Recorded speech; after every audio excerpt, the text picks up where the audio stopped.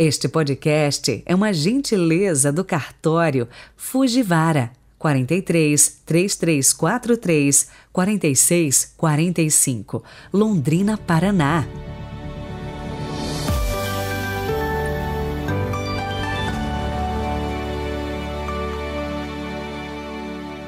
Olá, bom dia, bem-vindo. Olha, o evangelho de hoje eu acho ele fantástico. Inclusive, eu fiz um vídeo explicando como se confessar com base neste evangelho. Eu vou deixar na descrição o link para você conferir. E você que está ouvindo pelo YouTube, vou deixar como sugestão no final do vídeo. Comecemos praticamente o nosso fim de semana com uma bela frase de Santa Teresa d'Ávila. Quem ama faz sempre comunidade, não fica sozinho nunca.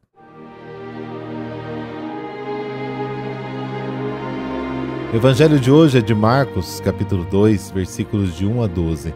O Senhor esteja convosco, Ele está no meio de nós. Proclamação do evangelho de Jesus Cristo segundo Marcos.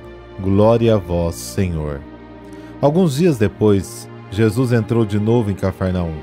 Logo se espalhou a notícia de que ele estava em casa, e reuniram-se ali tantas pessoas que já não havia lugar nem mesmo diante da porta. E Jesus anunciava-lhes a palavra. Trouxeram-lhe então um paralítico carregado por 4 homens. Mas não conseguindo chegar até Jesus por causa da multidão, abriram então o teto bem em cima do lugar onde ele se encontrava. Por esta abertura desceram a cama em que o paralítico estava deitado. Quando viu a fé daqueles homens, Jesus disse ao paralítico: Filho, os teus pecados estão perdoados. Ora, alguns mestres da lei que estavam ali sentados refletiam em seus corações: como este homem pode falar assim? Ele está blasfemando. Ninguém pode perdoar pecados a não ser Deus. Jesus percebeu logo que eles estavam pensando no seu íntimo e disse: Por que pensais assim em vossos corações?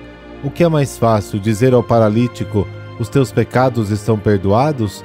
Ou dizer: levanta-te, pega a tua cama e anda? Pois bem, para que saibais que o Filho do Homem tem na terra o poder de perdoar pecados, disse ele ao paralítico: eu te ordeno, levanta-te, pega a tua cama e vai para a tua casa. O paralítico então se levantou e, carregando a sua cama, saiu diante de todos. E ficaram todos admirados e louvavam a Deus, dizendo: nunca vimos uma coisa assim. Palavra da salvação. Glória a vós, Senhor.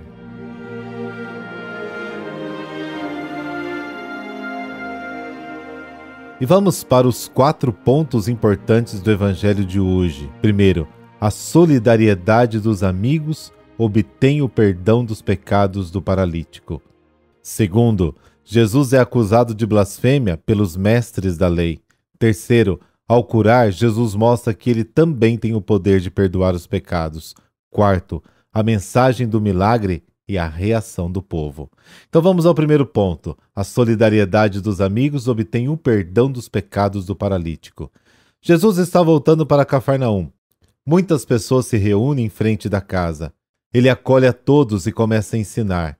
Aí chega um paralítico carregado por 4 pessoas. Jesus é sua única esperança.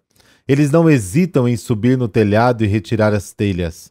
O homem é descido diante de Jesus, que, vendo a fé, diz ao paralítico: seus pecados estão perdoados. Naquela época, as pessoas pensavam que os defeitos físicos, paralisia, por exemplo, eram um castigo de Deus por algum pecado cometido. Diz Jesus: teus pecados estão perdoados. Com esta afirmação, Jesus nega que a paralisia seja um castigo devido ao pecado do homem. Segundo, Jesus é acusado de blasfêmia pelos mestres da lei. A declaração de Jesus era contrária ao catecismo da época. Ele não concordava com a ideia que eles tinham de Deus, por isso reagem e acusam Jesus: blasfêmia. Para eles, somente Deus poderia perdoar pecados. Como Jesus, um homem sem estudos, um simples carpinteiro, pôde declarar as pessoas perdoadas e purificadas de seus pecados? E havia ainda outro motivo que os levou a criticar Jesus. Eles devem ter pensado: se o que Jesus disse for verdade, perderemos o nosso poder, perderemos nossa fonte de renda. Terceiro, Ao curar, Jesus mostra que ele também tem o poder de perdoar os pecados. Jesus percebe a crítica. Para isso ele pergunta: o que é mais fácil, dizer ao paralítico seus pecados estão perdoados ou dizer levanta-te e anda? É muito mais fácil dizer seus pecados estão perdoados, porque ninguém pode verificar se de fato o pecado foi perdoado ou não. Mas se disser levanta-te e anda, todos poderemos ver se tem ou não esse poder de curar. E assim, por meio de um milagre, ele ensinou que a paralisia do homem não era um castigo de Deus e mostrou que a fé dos pobres é a prova de que Deus os acolhe em seu amor. Quarto ponto: a mensagem do milagre e a reação do povo.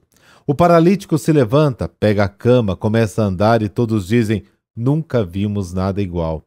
Este milagre revela 3 coisas muito importantes. Letra A: as doenças das pessoas não são um castigo pelos pecados, como vimos. Letra B: Jesus abre um novo caminho para chegar a Deus.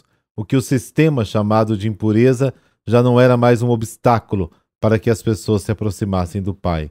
Letra C: o rosto de Deus revelado através da atitude de Jesus era diferente do rosto severo de Deus ensinado pelos doutores da lei. Na descrição do vídeo de hoje, eu vou deixar para vocês 5 conflitos que Marcos apresenta em seu evangelho. Estão os textos, com quem acontece o conflito e a causa deste conflito. Se quiser copiar aí nas suas anotações, você vai fazendo este estudo bíblico e de repente pode usar para alguma palestra, alguma pregação, alguma coisa mesmo, para a sua própria reflexão e estudo.